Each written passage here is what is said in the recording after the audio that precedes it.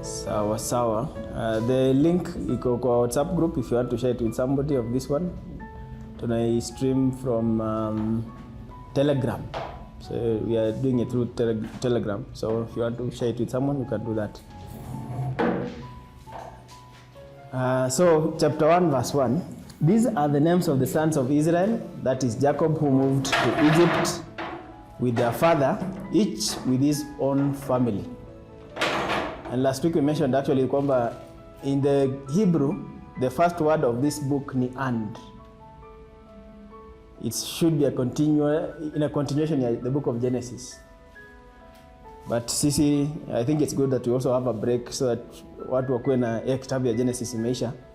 We start the extras, but the story is actually the same. It continues. And we are being told, it begins with telling us that Jacob moved to Egypt and something happened when they were in Egypt. And we are told who went to Egypt first. So in verse 2 it says, so these are the sons of Jacob who went to Egypt: Reuben, Simeon, Levi, Judah. Here that is the order they were born. Firstborn ni Reuben, number 2 ni Simeon, number 3 ni Levi, number 4 ni Judah. And he also mentioned that the reason Jesus came through Judah and see Reuben, Jesus was supposed to come through the firstborn. That was the order, that is the default. But Reuben alifanya kitu. We have been talking about it a lot in the book of Genesis. He slept with the mother, stepmother, and that disqualified him from that position. Number 2 alikuwa Simeon, but yeye na brother yake huyo Levi waliua watu, walienda Shechem wakamaliza kila mtu kwa town. When Jacob is dying in chapter 50 ama 49, he says, I don't want anything to do with Simeon, and the anger is terrible, basically. And imagine just that way, wakarukwa. So the one who took the official position ya number 1 ni Judah. That's how Jesus comes in through the line of Judah. Judah yeye alifanya vitu zingine lakini sijui ni kwa nini hakukatazwa pia. Nakumbuka Judah, but maybe ni kwa sababu alikuwa innocent. He slept with the daughter-in-law. They got children, twins. Mmoja anaitwa Perez, mwingine Zilpa. How through that line ndio tumepata the line of Jesus Christ. Huyo ni Judah, but amazingly hiyo line ndio Yesu alikujia. Halafu the other sons ni Isaac, Zebulun, Benjamin. Kitu tulishangaa last time ni kwa nini Benjamin ako mentioned hapa, because he's the last born officially, but ako mentioned before other people as well. Now he's not mentioned alongside his brother or the descendants of Ephraim na Manasseh, so we don't know, but maybe sangine huyo mtu alikuwa ameshaanza kuandika na kukuwa na delete workspace. So akaendelea tu na hiyo story. Benjamin alipewa jina na mama yake yenye haikustick. Alikuwa ameitwa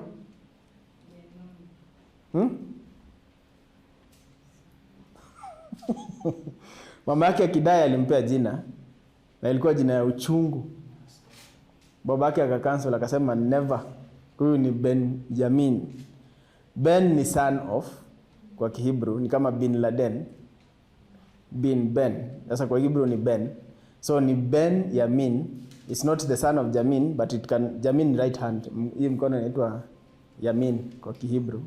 So the son of my right hand. So hivyo ndio, na hivyo ndio alikuwa actually pali babake alikuwa hapo ndio Benjamin yako. Paka ile siku walienda Egypt na ilikuwa tension kubwa, but finally wakarudi wote wakaenda Egypt kuishi na Joseph. And then Dan, Naphtali, Gad, and Asher. But before we go, Benjamin, do you know any famous person from the tribe of Benjamin? Kwa Bible? A Benjamite. None? Paul was a Benjamite. Saul was a Benjamite also, the first king in Israel. So those were Benjamites. Hizi makabila zingine hatujuangi hata nani alikuwa important. Kama Isaac hakuna, unless mimi nimemiss your part. Is there anyone famous from the tribe of Isaac? Zebulun. Watu wanamsawingi hata sengine ni kama si hayuko. Dan. Samson actually, yes. Huyu mseni mbre. Samson ule wa first body was from the tribe of Dan. Manoa alikuwa wa hiyo clan. Manoa si bibi ya Noa. Ama mama ya Noa anaitwa Manoa. Amazingly, by the way, there's another Noah in the Bible, but it's a lady. So it's a Inaitanga jina yenye inatumika na both unisex. So you can call your daughter Noah. There's another Noah in the Bible that is a lady, so you can go and find that one out. God, huyu ndio watu wanaombanga, sangine watu wakiomba we pray to you God. Unaona mimi mwingine nasema unaombanga hivyo, kumbe maombi yako inafikianga tu kwa watchman hapa nje. Sababu ya address haiendi pale. Almighty God. Karibu sana. Why is the other tire? It's okay. And Asher.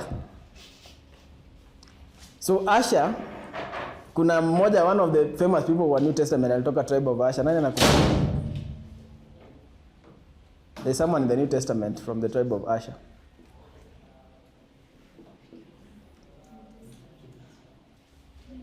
Hint, it's a lady. Hint is during the time of Jesus' birth. Oh, by the way, tuko na Bible quiz. See, Mary ni tribe of Judah. Ni tribe of Judah. Mary ni tribe of Judah. Elizabeth pia ni tribe of Judah. So they are related. Yeye na Elizabeth. There's someone.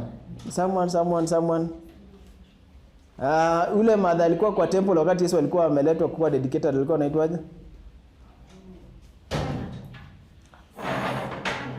Anna. Inakuanga Luke chapter 2.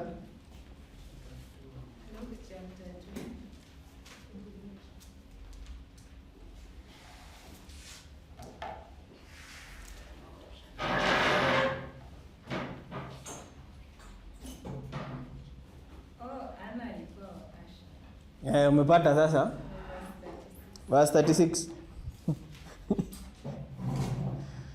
Yes, Asher. She was the daughter of Phanuel from the jina kwa Kisii. Nilikuwa nafikiri ni ya Kisii, kumbe ni ya Bible. Phanuel from the tribe of Asher, and she was very old. Her husband died when she had been married only 7 years. Then she lived as a widow to the age of 84. She never left the temple but stayed there day and night, worshiping God with fasting and prayer. Imagine even this lady got her place in history. Alikuwa angedisappear too like anyone else, but she was a widow very young, but she dedicated her life to prayer and fasting in the temple. And God, because of people like her, this lady has been here so long and she's been praying, and because you're praying, God is also talking to you. God akamwambia, utaona pia the Messiah akikuja. Kama Simeon pia, you will not die before the Messiah comes. That's Anna. But we are saying that yeye ni wa tribe gani? Asher. So kuna somebody famous from the tribe of Asher, and it's a lady. Kuna beshi yako anaitwa hivi? Asher.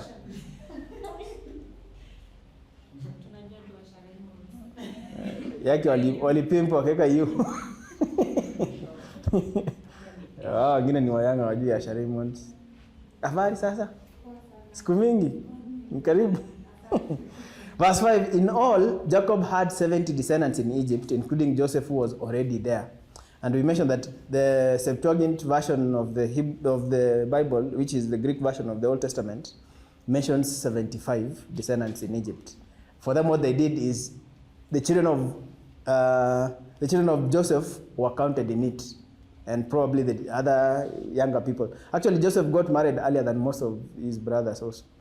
Akienda Egypt alipewa bibi after hiyo miaka 2-3 ya kukua kwa jela. And that's why his tribe could be divided into 2, na bado ni wengi both sides. Tribe kama tribe ya Benjamin pia ilikuwa kubwa. Kuna tribe ilikuwanga too few people na multiplication haikuwanga the same for every tribe. Judah ilikuwa one of the big tribes, yeah. That's why they could even become a nation plus Benjamin. When the country divided into north and south, the 12 tribes zingine ziliform Israel. The 11 actually, ni 10, ni 9 and 2. Hizo ni 11. One was not on either side. They were just scattered. Levites, they were scattered everywhere. So Levites atakuwa Juda peke yake kama kwa in Israel peke yake. Okay? So ikafika pali verse 6, in time Joseph and all his brothers died, ending that entire generation. So watu walikuwa wanajua hizo story ya God took us from Canaan wakakufa. So people who are being born in Egypt. But their descendants, the Israelites, had many children and grandchildren. In fact, they multiplied so greatly that they became extremely powerful and filled the land.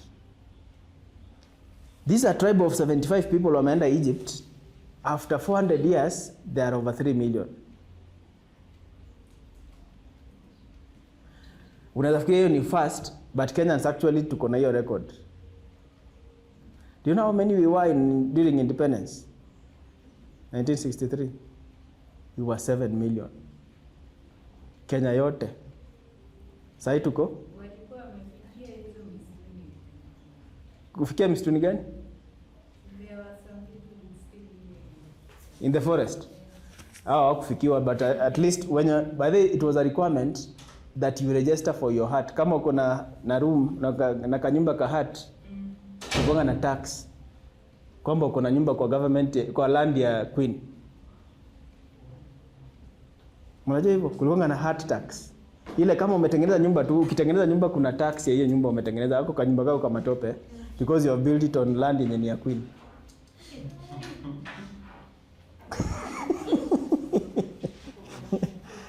Hapo ndio Malikuru walitokezea, watu walikuwa they were collecting on behalf of the government. They used to hire the local people wenye wanajuana hizo kwa hiyo mtaa. They come and look for whatever they can. Kama una pesa they take your chicken.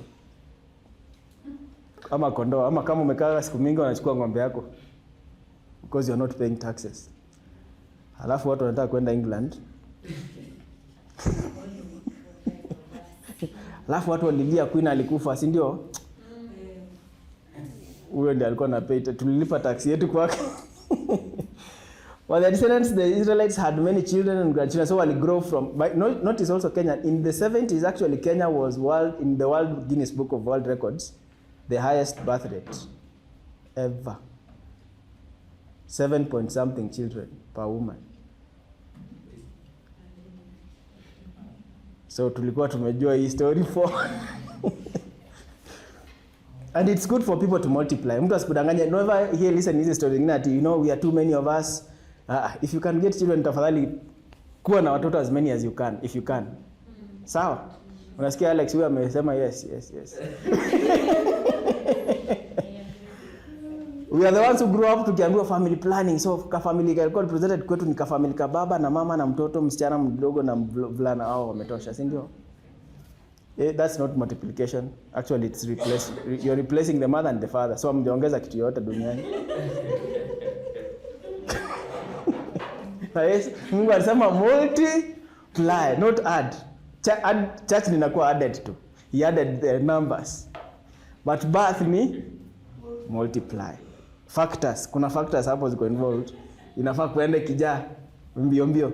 And Africans tunaambiwa sisi ndio tuko watu wengi, they make it look like we are the ones who are many, but we are the fewest actually of all the races.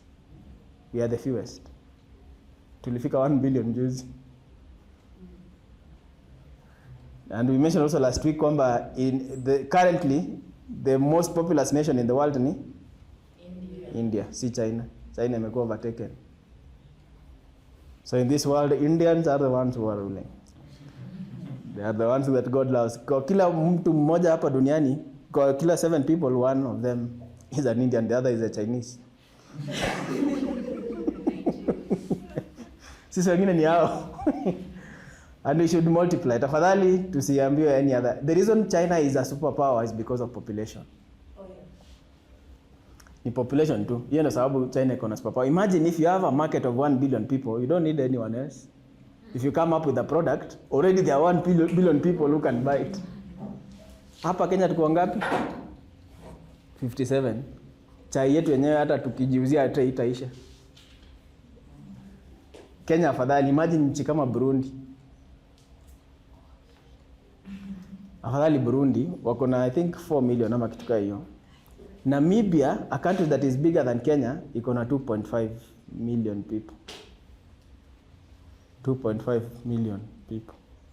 bigger than Kenya land mass. Wako na uranium, wako na oil. Hizo zote diamonds. But some of them are poorer than us. Haya, hiyo ni Afrika. Ile siku tutaungana tu pamoja hivi, ile tukuje tu pamoja hivi. Or somebody was saying when good white people die they come to Africa. Up into heaven. Hiyo joke ni kali, but later tutaipata siku nyingine. Verse 8. Eventually, a new king came to power in Egypt, a new pharaoh who knew nothing about Joseph or what he had done. And we've been keeping tukisema hivi Sunday school tukitumia jina pharaoh we are thinking it's a personal name ya mtu. Pharaoh ni kama president, kama prime minister. Sawa? So ni president, but that president has a name, a specific personal name yake. But Pharaoh was the title of the king in Egypt. Kuna some tribes around Israel wakonga na kama walikuwa hawa hata wa Shechem, their king was Abimelech. Abimelech is not a personal name, it was a title. So utaona Abimelech time ya Abraham na kuna tena Abimelech wakati wa Jacob. Si ati huyo msee ameishi 200 years.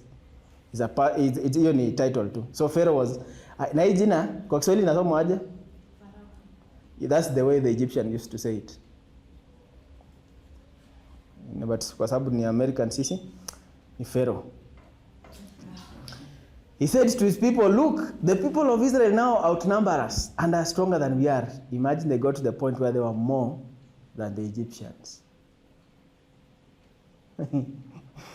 Hii Kenya ikifika time pali Wahindi ni wengi kutuliko tutafanya aje? Unaona? You see what you are thinking? That is how the Egyptians were feeling. And from what you are learning last time, probably actually the Egyptian would be dark like yourself. The Egyptians of this time, because when they are painting themselves in the pyramids ndani, they represent themselves as darker than outsiders, than foreigners. History Egypt iko lost because there was a library that was burnt in Alexandria. And then even the current Egyptians when wako sahi, they don't have a continuous history of their lives. Kuna pali pia in a break so that they even don't know how the pyramids were built. If it was a continuous history, it could have been very easy for them to tell, yeah, hizo pyramids this was a technology that was there and it has continued over time. But that kuna break ilifanyika mahali pap. Our Egyptians wako sahi actually they look more like Turkey. Ni watu wa Turkey. They are descendants wao, they are probably watu wa Middle East, hiyo side ya kwenda Arab, Saudi Arabia and Turkish origin. I keep saying that my grandmother when we used to talk, according to her Wakisi walitoka Misri. That's the name she mentioned. Huyu ni mtu wa kwenda shule. Aliambiwa pia yeye na great grandfather wake, ma grandmother wake. And that is a story that is common across Africa. Tulitoka mahali Misri tukiteremka chini. Wakoikoi walikuwa wanaenda wao wanataka kwenda waende Iceland but dunia ikaisha. Wakabaki South Africa. Sijui walikuwa naepa nini. Si kuna unajua wase wananifanana? Unaona watu vile wananionanga, unaona? Ni watu wazuri, ni watu wazuri. And then you hear sometimes that Africans are black because of the color of their, because of the sun, they are exposed to sun. Hao wase wa Kalahari Desert ni desert lakini ni wa brown kukuliko. Imagine. So hiyo ni fake story ingine. Ingekuwa hivyo watu wa Timboroa wangekuwa the lightest. Alafu watu wa Kisumu wangekuwa the brownest. Watu wa Kisumu lakini haya. Tuendelee. We must make a plan to keep them from growing even more. If we don't, and if war breaks out, they will join our enemies and fight against us. They will escape from the country. So imefika pali they are planning on family planning. Control these people, otherwise they'll outnumber us. That's what we are talking about when we saw this picture. Mtu anakumbuka vile hii ilikuwa inaitwa? Emma ulikuwa na interest na hii? Georgia Guidestones. Ulienda uka research? Tuambie story.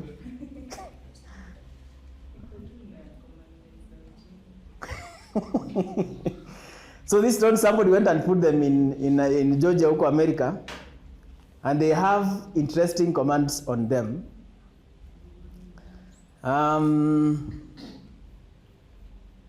Even one of those stones is written in Kiswahili.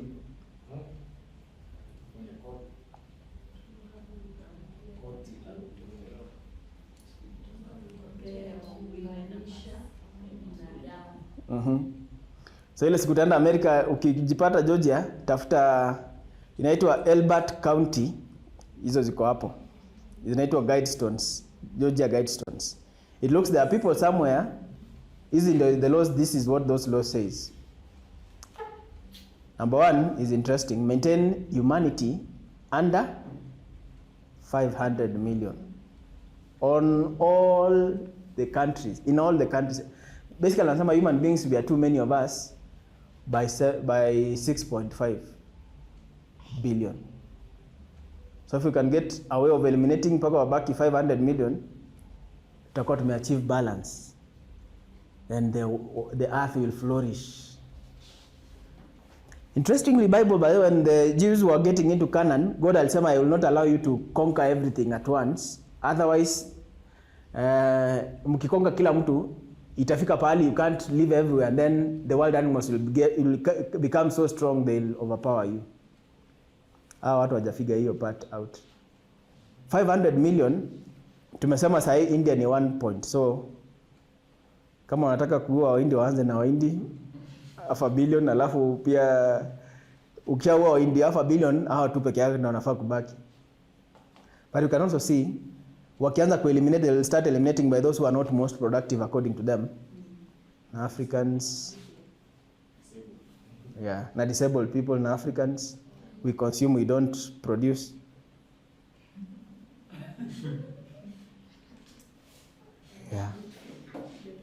Wanadamu ni wabaya actually.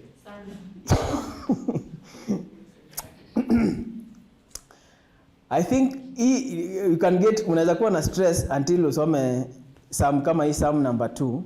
Hii Psalm hatusikiangi hivi. But Psalm 2 inakuanga interesting. Why are the nations so angry? Why do they waste their time with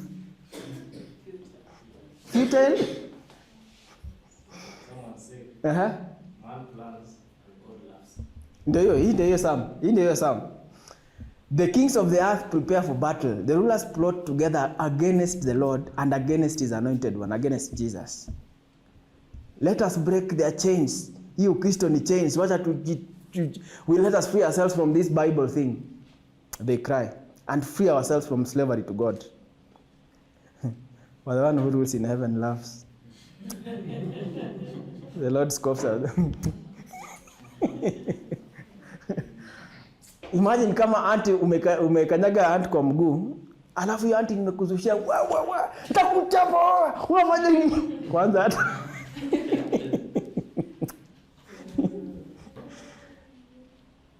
Then in anger he rebukes them, terrifying them with his fierce fury. For the Lord declares, I have placed my chosen king on the throne in Jerusalem, on my holy mountain. The king proclaims the Lord's decree. The Lord said to me, you are my son. Today I have become your father. So in nani tunajua? Only ask and I will give you the nations as your inheritance, the whole earth as your possession. Hizi words tunazitumia kwa missions, but they were specifically about Jesus. So Jesus is the one who's being told, I'll give you all the nations as your inheritance, the whole earth as your possession. You will break them with an iron rod and smash them like clay pots. Now then, you kings, act wisely. Be warned, you rulers of the earth.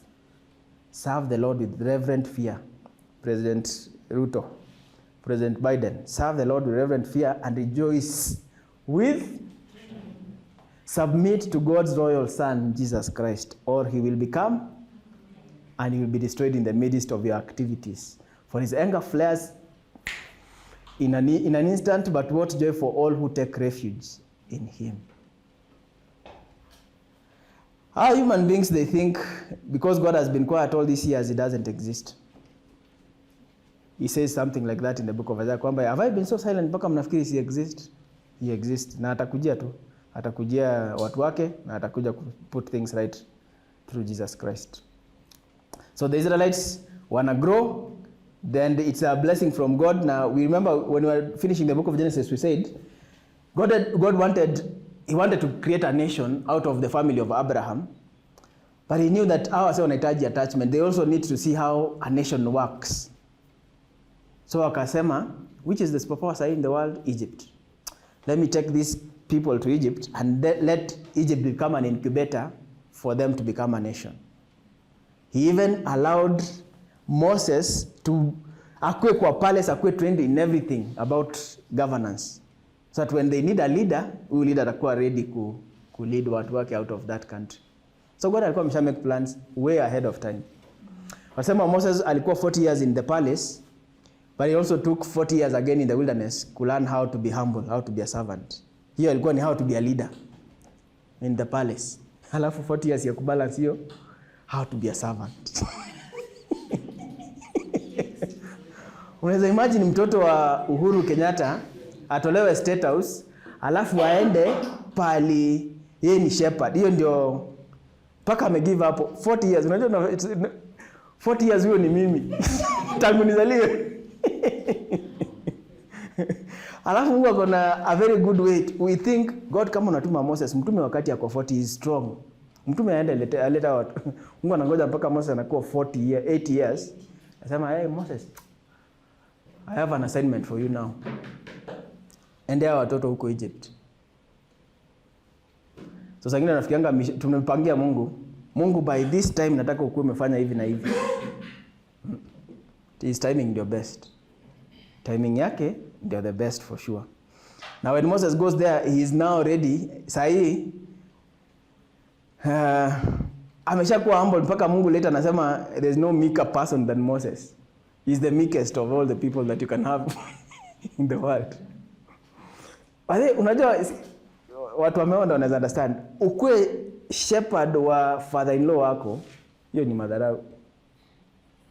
Umepata point? Unaishi kwa kina bibi yako, alafu kazi umepewa hapo wewe ni na wewe ni mzee, si ati ni kijana mdogo. Wewe ni mzee wa 40, 50, 60, 70s. Ati kazi yako ni asubuhi unaamka unapeleka tukondo. Ilika fali Moses alisema maisha yangu sasa, actually he was waiting for dying. Mi ile routine do I wake up go and siku moja something happens, a bush is burning and then kuna story hapo. That is chapter 2. We are getting there, chapter 3 mahali hapo. Haya, turudi Exodus.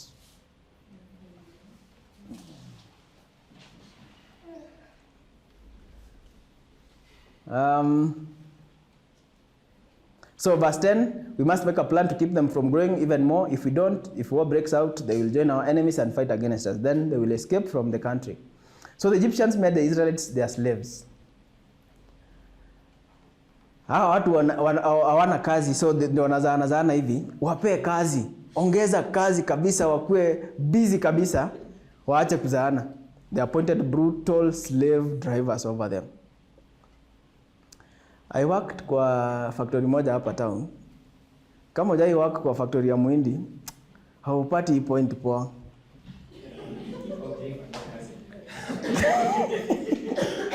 Wewe iko nini mjinga kichwa nini mbaya iko? Kurest uwezi kaa tu chini hivi ati. Wanaona nikaa ukikaa chini pesa zinaacha kukuja. One of the ways ya make sure msee ako una change mentality yake ni kumweka pali I think mweke tu kila kitu ni pressure from one thing to the other mpaka ana feel ni kama favor kuishi tu. So asifikirie vitu zingine, atakuwa na ideas, akikaa hivi ataanza kufikiria ideas. Mweke bumper hapo na hapo. That's what some of the things that these countries zimefanyia watu wao. Kama life ya Nairobi, wale watu wa Nairobi wataenda kuishi Nairobi, it is not healthy for human beings. It is not healthy for human beings. Unashangaa mtu anawezaje kaa tu kwa jamaa, tumekaa tu kwa gari for 1 hour. Akili yako ni mzuri. Tulipona wengine, tulikuwa Nairobi. God healed us. But wenye wako Nairobi wanashangaa si what Mnaweza enda tu kuishi ushago kama Eldoret sasa. There's no life in Eldoret. How? Hawajui. It reminds me of the story yenye ati some Americans went to South America and then wakapata one of the tribes, the Amazon. Wanamkanga asubuhi, wanaota jua, wanajibamba tu. Saa 7 ikifika wanaenda kwa hiyo river, wanachukua fish moja, wanapika, wanajibamba, nakula. So America wanashangaa, no, you guys have a lot of resources. You need to buy a big boat and nets and capture all these things and sell them. Alafu they were wanamuuliza, and then after you sell, then you'll have a lot of money, okay? And then after you have a lot of money, and then you'll build big nice houses and then you'll just relax. Ambia that. Yeah, we are already relaxing. Why go through all that pain to get what? Aya, saa ingine rat race ni ukweli. Rat race ni ukweli. Ukipatana na watu, wacha tuseme tu hivi kwa Facebook. Kwa Facebook kuna ule msee wa high school, mkisha the first time akikutumia inbox. Yeah, so what do you do nowadays? Hiyo ni question ya kumpanga, wewe ni wa kukeep ama tu sindio? If they look like you can benefit something from them, conversation inaendelea. Huyu mwingine anambia, yeah, nice to get in touch with you, yeah, I see you. Ndio hiyo sasa. So they appointed brutal slave drivers over them, hoping to wear them down with crushing labor. They forced them to build the cities of Pithom and Ramesses as supply centers for the king. I think we saw some pictures last week. Sijui kama niko nazo hapa. They say some of the things that they could have built in easy. In the easy bricks, but some of the things, let me see. In one of the excavations ilifanyika walipata hii kwa wall. Na somebody asked last week, actually, in this picture they represent Jews as dark also. These are the slaves. Hao wenye wanafanya kazi and they are darker. Pamoja?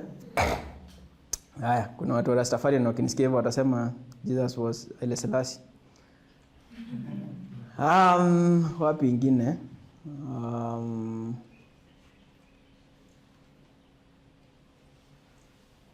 I think yeah, we'll get to them as we go on. Acha tuendelee tu kidogo. I'll collect those pictures again.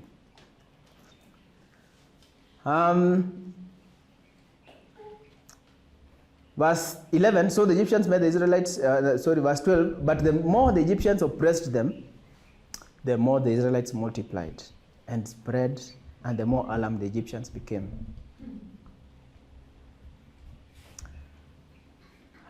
Unataka kumaliza hawa watu na COVID, bara hiyo wakati wako kwa lockdown ndio wanazaana tena.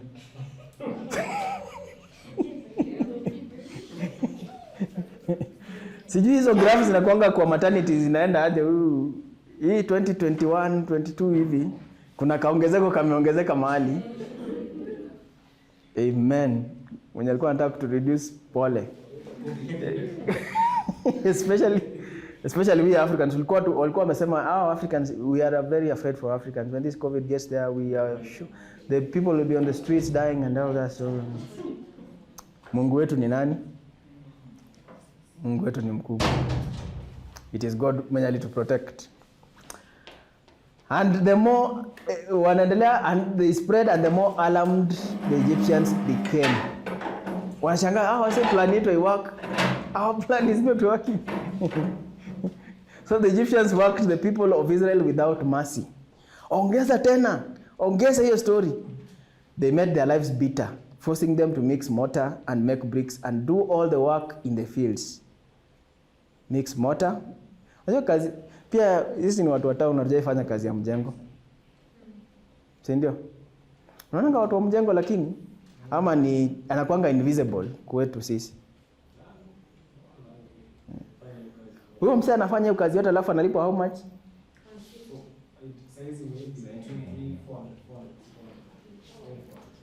400. Na kama ako Nairobi fare kwenda nyumbani inachukua 500 ama kitu kama hiyo. Kama ni peak hours, between 80 to 100. Yeah. But there are no happier people sometimes than those people. Huyo msee hahitaji Piriton kulala.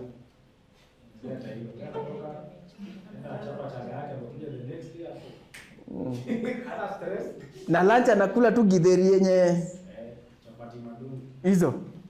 Sisi watu wa KFC, KFC, alafu tunaenda hospitali kutafuta dawa za kuwa fertile. Mungu atusaidia. They made their lives bitter, forcing them to mix mortar, kazi ya mjengo, and make bricks and do all the works in the fields. Pia kwa mashamba, hawa wasende wafanye kazi. They were ruthless in all their demands. Somebody also mentioned, when you are reading this, you may feel sorry for the Israelites. But also notice that God is at... Hawa wase walikuwa wamependa Egypt, mpaka unless something happens, they could not have left Egypt. So like a baby who is in the womb, God is making the situation uncomfortable for them to come out. So ni God pia at work ni wacha watu wakitoka hapo wachukie Egypt. Otherwise wanaenda waseme by the way your life haikuwa mbaya sana hivyo. And they even did, even with this kind of suffering, they still did say, hey, Egypt kulikuwa na, hawakukumbuka kazi, walikumbuka tu kulikuwa na vitunguu. Kwa hiyo kitunguu ni tamu. Sasa ingine kitunguu tu ikikarangwa tu, kitunguu peke yake ina create appetite. Kitunguu tu. Walikumbuka wako kwa desa tunashanga ile kitunguu basi. Kuna vitu zingine zinakufanyanga ukumbuke kitu hata unashanga. Hiyo tu unakumbuka from that time. Unajua watu wa high school kuna soda iko bado ni Fanta, but kuna Fanta ya high school na mkate. Hiyo sasa hiyo unaona hiyo taste. Kwa high school mkate ni tamu kitoka una cycle you didn't understand that. Yeah. Ni pia pressure pia also kuna ile mentality saa hii you can buy whatever you want. Yeah, pia wewe ndio unalipia saa hii so chapati ya Christmas ya kitambo. Ni chapo bado lakini unaweza kumbuka hiyo taste. Saa hii ati mtu alikuwa anasema chapati ilikuwa inajiringa siku hizi ni 10 bob huko kwa street. So but pia sisi ndio tume lose, we don't enjoy the same. Then Pharaoh the king of Egypt gave this order to the Hebrew midwives Shifra and Pua. Some people say Hebrew midwives could mean they were Hebrew or they were the ones who were assigned to do the work among the Hebrews. But the most consistent thing was among these were Hebrew women, and one of the reasons wanasema hivyo ni kwa sababu in Hebrew it is those who could not give birth who were trained to be midwives, so they didn't have families of their own. Hawa ni wale walikuwa wanaitwanga aje? Barren, yes. Walipata jina yao zimeandikwa kwa Bible na wanaitwa aje? Shifra and mbona watu waitangi watoto wao hivyo?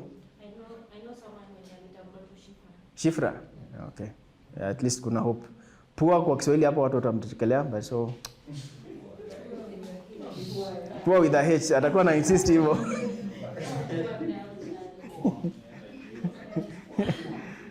So one of the commentaries inasema we shouldn't expect these two women were only midwives for all the children of Israel. They were probably the leaders of some association of midwives. Midwives associations. Mtu alikuwa anasema kuna kuanga na wife na midwife. Midwife is between a wife and a girlfriend. Shifra and Pua are two good Semitic names of an archaic type, meaning something like beauty. Shifra ni beauty, and splendor ni Pua. So they are good names. You can use them. Especially ukipata twins wasichana, ni Shifra na Pua. So kuna people try to paint things. Now, if you have a gift of painting, it will help us sometimes bring things, like make things come alive. So if somebody try to see Pharaoh anaambia Shifra na Pua, make sure wewe ni Pharaoh anawaambia hivyo. And interestingly, many people actually have drawn them. This was another picture of Shifra and Pua. Yao wawili wanaangalia kama Egyptian anakuja. And then this is one of the one that was amazing. There is a painting of Shifra and Pua, and this is their color.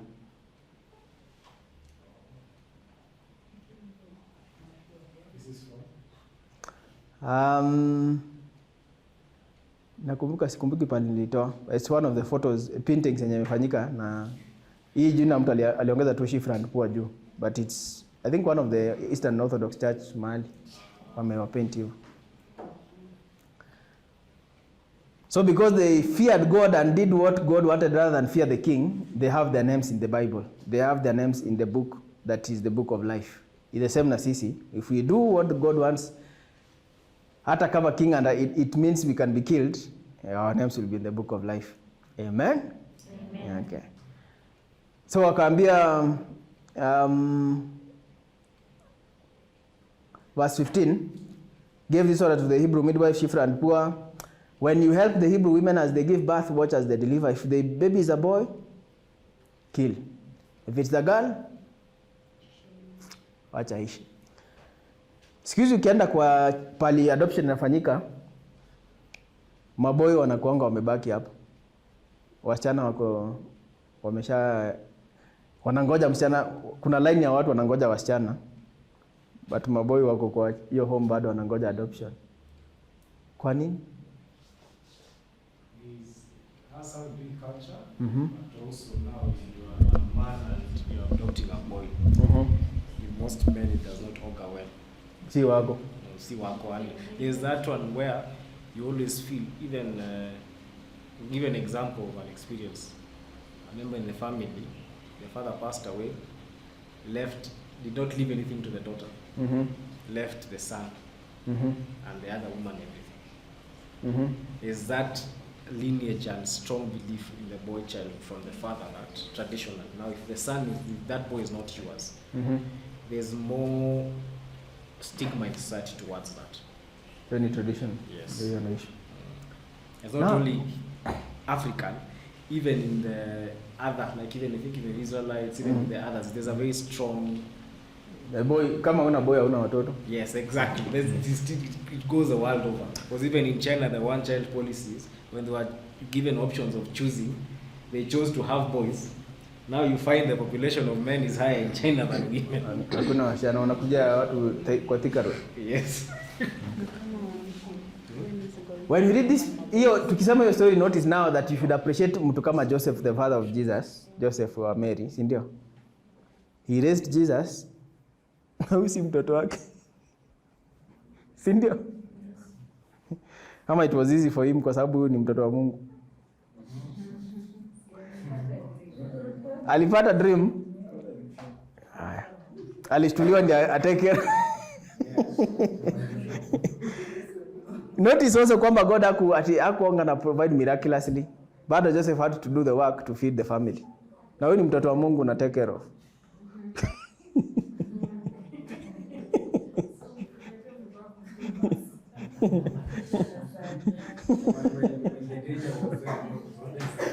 Imagine, bara mwambie Mungu si Mungu anamwambia ati chukua mtoto mwepe kwenda hivi, anamwambia si mtoto wako. Deal tu na huyo Herod ati. Kwani Herod amekushinda? Joseph is a very good man. Very good man. Very good man. Anaobey tu, bora Mungu amesema, the following day ameshafanya kitu yenye Mungu alisema afanye. So instruction ya Shifra na Poor ni the boy kill, girl keep. Girls are, see, they are not a threat. So hao mnaweza keep. Wataendelea kupika na kufanya vitu zingine hapa kwa hii kingdom. But because the midwives feared God, they refused to obey the king's orders. They allowed the boys to live too.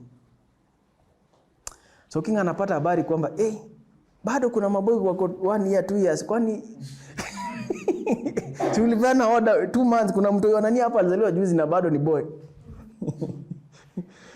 Kesho kuna mama mwingine alitakaja, huyu ni msichana kabisa kama ni boy. Hata haitwi Gabriel, haitwa Gabriela. Why have you done? I think another reason why boys were chukuliwa hapo kwa adoption centers is because they are rebellious. You can see the king was like, mbona boys wanaishi, because when boys wakifika 20 to 30 years of age, they rebel whenever a system or society is oppressing people. The boys will, it's the men who actually cause revolution. Yeah. That's what I notice also. Si ati ni adopted children also only. Si hata huyo mbaba pia wataribel. It's not an exclusive thing that happens to the ones who are adopted. Maybe even just the story of adoption. Do you know actually sisi we are adopted? Si unajua part sasa? Yesu ndio mtoto wa baba peke yake. Sisi wengine wote ni yes, adopted. Aliadoa kwa adopt wasichana, aliadoa sisi wote ni sons, adopted sons. That's why unless kama mngekuwa sons by the way mnge inherit. Si sons ni wana inherit. So you are sons. Notice something. I think as Christians we should all adopt mtoto. Ndio to appreciate your fact kwamba sisi we are adopted. Then when we are raising that child tukumbushwe vile sisi pia tunaletea kichwa baba. Mwenye alito adopt. The love that you have to deal with, una create your love for that child, si wako lakini you have to create a love for that child is the kind of love that God has for us. So I pray tafadhali sisi tuamue tutaenda kuadopt watoto, si ndio? Sisi tuadopt aidha mtoto tatafuta boy tumadopt. So pia nyinyi fikiria story when you are si lazima upate watoto 7 wote wako. Why do you think the government makes it so hard? I'm sure there's so many people who would want to adopt, lakini process. But I think it's for good reason. Yes. Yes. Wanataka to make sure because this is a permanent decision. They want to make sure that it's thorough due process imeshafanyika. But also I know many families we've already collected informations. There's a family even here in church wali adopt and it didn't take more than 3 months. Oh, wow. Yes. But it was a boy. Now hiyo ndio difference. A boy itakuwa easier. A girl kuna pending list. I also have a friend who adopt mtoto mvulana but they live in Germany. So ambao wanahave kuishi na mtoto sijui for 2 months. Yeah. Sasa hiyo ninakwanga if you are taking the child outside Kenya, that becomes hard. Yeah. And then the people who are in that process, they come to your home, they look at things. If they have any doubt, hiyo ninakwanga issue. So if they come to your house now, wana recommend huyu bado. So that's also what happens because some of the people, maybe the two people hawajakubaliana, the man and the wife. Wakuja hapo waulize maswali 2-3 hivi muanze differently. Sema wase huyu mtoto atateseka kwa hii family. So yeah, hiyo inaitwanga hiyo program. Yeah, you can go and say I want to take care of a child and the government pays you for taking, yes. People want the money, so some of those children really suffer because the people are just after the money. The church should be the solution. If we are truly born again, we are Christians, we can do adoption better. Because as a citizen adopted, we should do it better than anyone else. Haya, tumalizia hapo. So then King Pharaoh akauliza, why are you letting the boys live? The Hebrew women are not like us, the Egyptian women. So some people say, you see now hapa wanajiita, hebu mtu asome version NIV, verse 19. Kuna version nasema they are not like us, Egyptian women.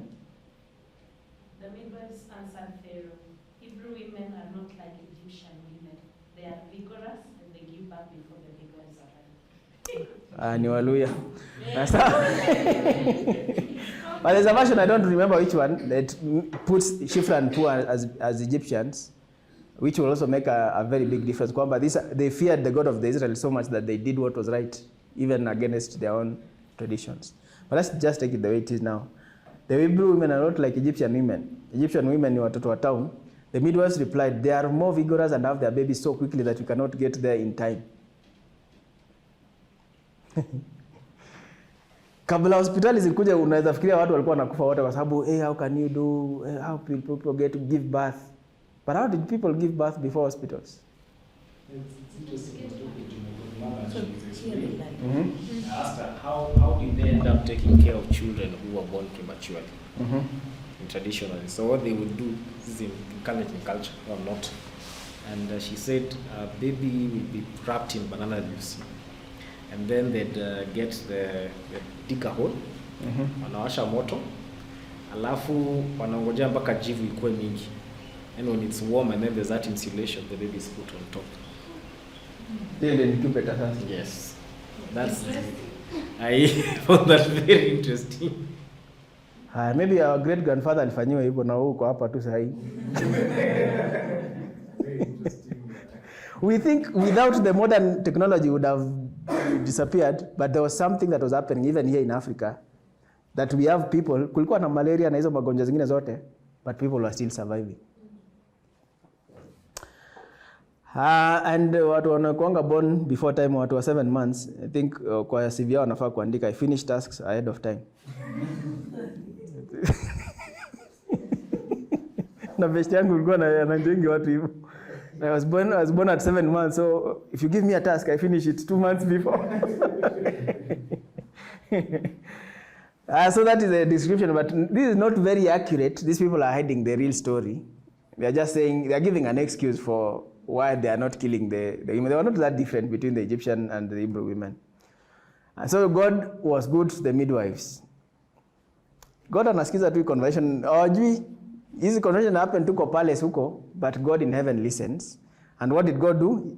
He was good to the midwives, and the Israelites continued to multiply and growing more and more powerful. And because the midwives feared God, he gave them families of their own. Sasa wenye walikuanga barren wako na watoto wao, and the reason is because they feared God. Amen. Probably. So if they are serving among the Israelites, probably got to know the story of Israel and their God, so they know. And some of them, like akina Ruth, you can want to become part of hii story yenye huyu God anakaa, ama kama akina Rahab. Umeshasikia huyu God wao amefanya hizo vitu, pia unataka kujiingiza kwa hiyo story. So it's possible as well. Na by the way, hao ni sisi. God alikuwa tu na plan na Israel. So Israel, if you wanted to do anything, kama unataka kuingia kwa familia God, you have to become an Israelite. Ndio ujue vitu ya God anataka kufanya nini.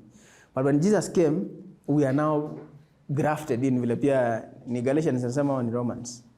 Tumekuwa grafted in, Romans. Tumekuwa grafted in, na it's because some branches za Israel zitolewa alafu sisi tukawekwa ndani hapo. Thank God that God created room for us to be part of his plans. Now the invitation, whoever wants to come, you can now become a child of God. You can become, whoever believes in Jesus, you will be given the right to become a son of God. Then Pharaoh gave this order to all his people. So our midwives were let down. So wacha nipeane order to every Egyptian. Kama kuna neighbor yako Mwisraeli amezaa mtoto na ni boy, as an Egyptian, you have been given an order, throw every newborn Hebrew boy into the Nile River. King si president. President watu wanaza discuss na yeye. King. An imperial president, this is the current. Yes. Yes. Imperial president ni kama mtu wa Rwanda. So Pharaoh akishasema kitu kama hii, and already kuna some Egyptians wanachukia wa Israeli. So hii ni fun. Actually it's fun for them. Are they, where do crocodiles live? River Nile. It's the Nile crocodile. Inaitwa hivyo. The biggest in the world inaitwa hivyo. So let's feed the crocodiles. And because of the story of Moses, we keep thinking it didn't happen. Because we keep thinking every boy alikuwa rescued kama Moses. But the reality is, Moses was the exception.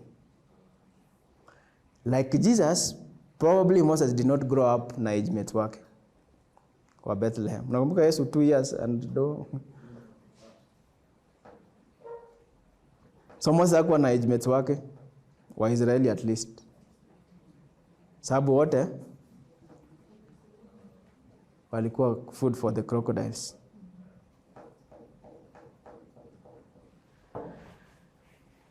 Now somebody says also, maybe in this, behind Pharaoh, the devil is there. Because remember in Genesis chapter 3, the devil knows that there is someone who will come through this line, who will come and do damage to my kingdom. So he's trying to get to that person. And ajui nani exactly, so the devil doesn't know everything. So ni kama Herod, we don't know who exactly is the Messiah, but you can do to eliminate every possibility. So enda to Bethlehem, any child who is 2 years and under, kill. So pia hii part ni probably huyu boy, one of the boys mwenye ako hapa Israel hapa Egypt, one of the Israelite boy atakuwa ni this Messiah. Let's do some damage to our maboy. Ubaya devo analuzingi tena na analuzi vibaya. Ubaya tena aachiangi hapo. Kama unafaa kuwa na sai kuwa na kama ya devo. It doesn't give up. Anajua. Actually Bible inasema he knows his end and he knows it's coming. Sasa ameongeza psych. He knows his time is short. So sasa ameongeza psych. Kitu najua tu kuna even the demons know wakati sio nawafukuza from the ule mse demoniac. Wanasema have you come to judge us ahead of time? Wanajua kuna judgment coming on their somewhere in their future. Hawajui when exactly. Na hiyo it's more hiyo ni more tormenting. So Yesu wakati anawapiga anashangaa, amekuja huyu mwenye anakuja kutu. Wao akamwomba tafadhali turushe kwa nini kwa hizo ma sausage. Netoka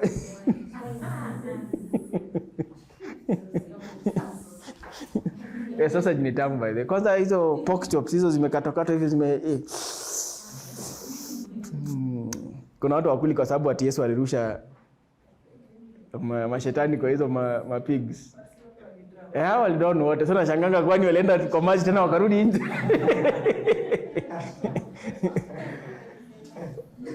Somebody also said kwamba hizo pigs zilikuwa more wise than human beings. Walisema afadhali tukufe badala kuishi na demons. And something we may need tunaweza miss kwa hiyo story ni actually for demons to do anything meaningful on earth they have to have a body. They have to be inside a body. Nefarious. Bado? Umeshaona? Tunangoja pesa. Nani ako wapi huyo nani alikuwa anafaa kutuulizia? Kuna mtu amewatch? Kuna Christian movie yenye ni horror, interesting. It speaks about the reality of demons. And the people when they were doing it, go and read just the story. I think I posted it kwa ile group. There were some activities that were happening during the making of the movie that shows that things are real. Nefarious. Hao ni wale walitengeneza ile movie ya God is not dead. So they're the ones who have done this new one, Nefarious. So ijafika hapa Kenya but ilikuwa I think il premiere 2-3 weeks ago. So kama we were thinking of watu wa Calvary walituletea movie here at Jesus Revolution, so we wanted them to tell us how to get a movie also here in Eldoret. Because they know people.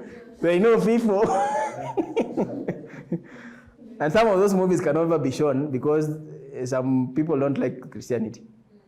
So I think Calvary did a very good thing to ensure that the movie is shown.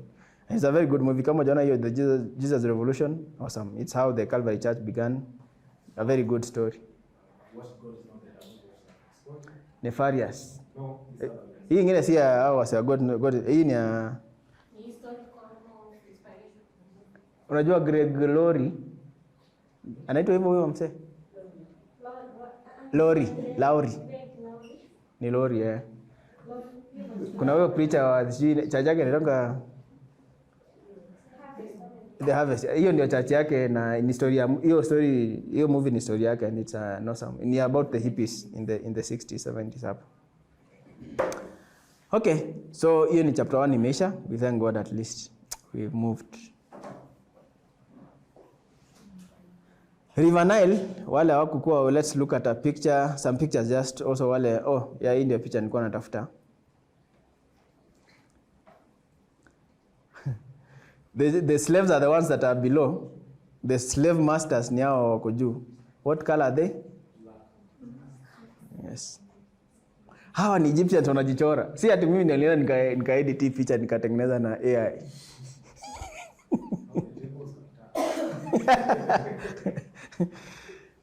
Probably this is how they looked. Probably. Hizo tumeshaona. Basket is a typical Egyptian basket made from papyrus reeds. So possibly Moses tukifika hiyo part alikuwa ameweka kwa basket kama he was a basket case.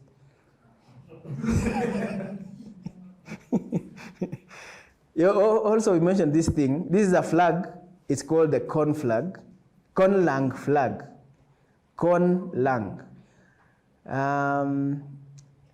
Constructed language. Con inamaanisha constructed, alafu language.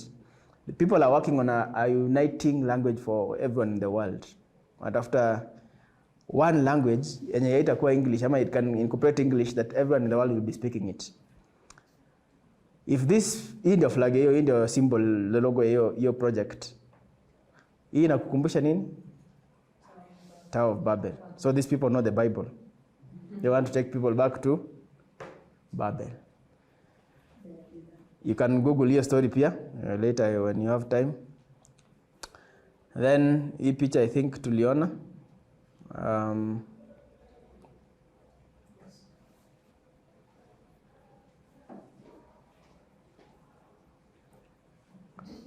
In the River Nile, it is big. It is massive. It is 6,000 and something kilometers long. Hii ni Obadei city ni Cairo, hiyo iko kwa background. Ni Cairo city. Hii ni Sphinx ya one of the pharaohs alikuwa anaitwa Amenhotep the second. Na wanasema huyu ndiye alikuwa pharaoh probably the time of Exodus, wakitoka Exodus. Huyo ndio alikuwa amekataa watu wasitoke. Let my people go. Alikuwa ndio huyo mzee. Yeah, could drown. Hiyo story watu kwa movie wana drowning. Pharaoh could drown by the. Aya.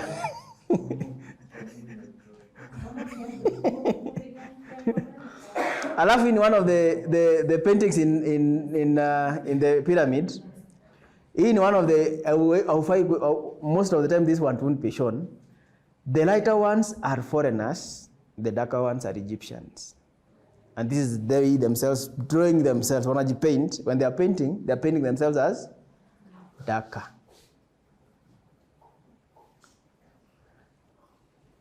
Haya. Ubaya watu wameenda extreme kwa hii story, wanasemanga many other things zenye si ukweli. But we need to find out really Egypt ilikuanga aje, but si ati ndio truly Egypt, but because kuna kitu ilifanyika kwa Africans mpaka tuka lose self esteem. Mzungu a very good example ni hivi. Kuna mzazi sahi ni wewe ni Mkikuyu, ukipeleka a boyfriend mwenye Mjaluo, mzazi ataanza kuambia story refu. Unajua kijana yangu, watu watufai kuona nao, unajua hakuna wasichana wengine mahali. Sijui na mimi msichana wa nani. But if that same girl alete mrasha na hata hajaokoka, bora tu ni white, hakuna maswali itaulizwa.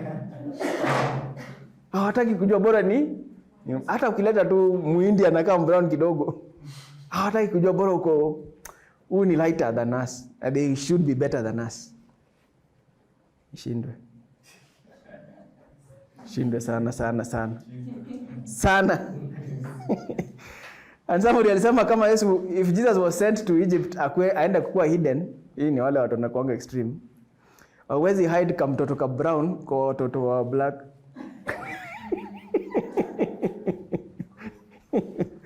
Haya. Maybe tuendelee tuenda hiyo extreme pia sisi.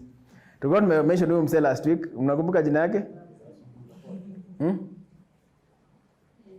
Anaitwa Speak.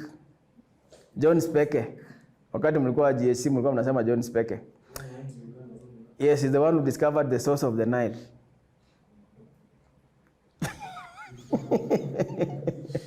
In 1858, he established the source of the Nile as Lake Victoria.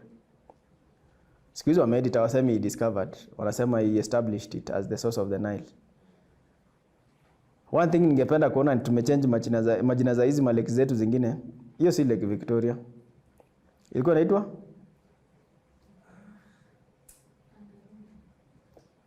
Leo Lake Victoria ilikuwa inaitwaje kitambo kabla ikuwe Lake Victoria, kabla ikuwe discovered? Tanganyika iko bado. Lake Nyasa wengine walikuwa wanaita hivyo. Na wengine walikuwa wanaita Lake Sango. Yeah. Notice hii ni the Nile. Life happens around the Nile. Otherwise everything else apart from the Nile is a desert. So hiyo Nile ikizima tu siku moja, Egyptians wamekufa. Yes. Na hii maji tunasikia tu hapa inapita hapa nje, inaelekea huku. Tuweke ukiblock, unajua actually in Egypt they have a scientific way of measuring the height of the Nile. Ikireduce kidogo tu, they want to find out why, because it's that important to them. Life hawana any other way. Even from space inakaa, you can see where it is, ndio kuna green. Hiyo ni huko mbele ikiingia kwa, it doesn't get into the Mediterranean Sea as one single river, inakuwa na delta. And this, kama unataka kuishi mahali, ishi kwa delta. Hii mahali inakuanga na fish poa zote, ni fertile. Hizi silt yote imetoka hapa inaenda kuishia huko. The funniest, actually hapa ndio Alexandria, Cairo, all of Egypt wanaishi kwa hii delta.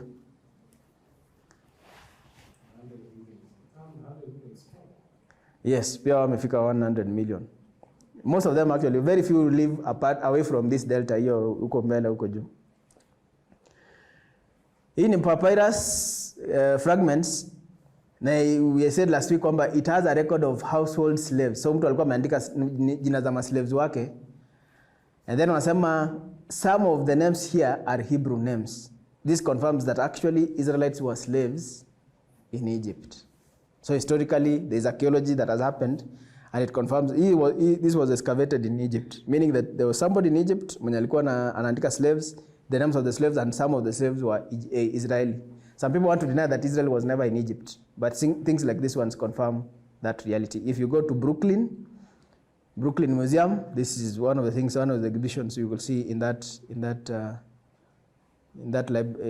museum. Hizi vitu ziko huko karibu Kapsabet. Unazionanga?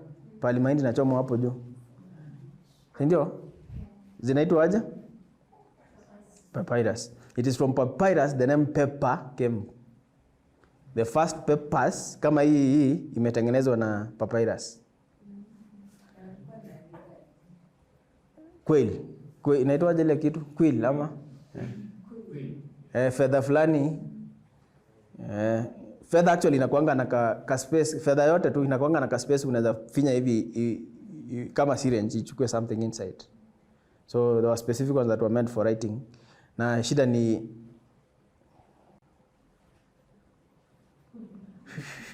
na hakuna option ya delete na insert. Ukiandika umeandika. Unaenda kakienda hivyo. Ndio Paul mahali kuna pahali in Philippians anasema finally mara mbili. Actually anasema finally, anaenda story nyingine tena anafika mahali anasema finally mara mbili ndio conclude kwa sababu hakuwa na hiyo option ya insert delete. Pithom, the cities that have been mentioned iko hapo na Ramesses, you can see where they are na ziko kwa delta. So life happened around the delta bado, the same delta yenye iko mpaka sahi. Those deltas when zinafika huko mbele, ukifika huko mbele unaweza fikiria Nile is a small river, ukikuwa one of the delta tributaries inaenda kwa Mediterranean Sea, because it becomes smaller rivers. So unaweza fikiria hizi ni ndogo but they are still big. So ukiona kama yenye ilikuwa Cairo, hiyo ni tributary. Hiyo ni one of the delta tributaries. See the main Nile. Watu wa Sudan is one of the places river ikipiganga kona tu, wherever ikipiga kona, that is a very fertile place. Ipiga kona hivi, awesome place. Hapo ishi hapo, nunua shamba hapo. Okay. And then the kilometers Nile is 6650 kilometers. You can see pali inaanzia Lake Victoria And somebody said the time Joseph, when there was a famine, probably the Nile dried up. And some people may wonder, how can the whole Nile dry up? If, for example, Lake Victoria, by the way, inakuanga ni basin, inakuanga ni kama basin, there's a level under which the maji ya Lake Victoria ikienda, it will not overflow to become the Nile. Ikifika your point, the Nile stops. There's another, kuna hiyo inatoka kuna the one that is coming from the right, kuna canal kadogo kanaitonga Blue Nile inatoka Ethiopia. It is not as big as compared to the White Nile yenye sasa inatoka kwa Lake Victoria. Hiyo ndio ili happen kwa probably wakati wa Joseph. So they are concerned na what is called Lake Victoria Basin. Egyptians wanapeananga pesa kwa hiyo organization, hiyo authority. They maintain it so that they do their work, they will do the work on their behalf.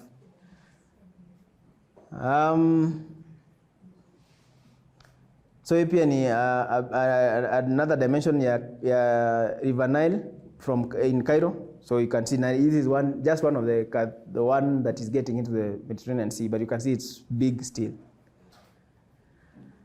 Yeah. These are real things, real people, real history. And it's that history that has mpaka pale tuko sahi, you can trace back and see the story of God palilianzia. See empty thing. It's a real life story.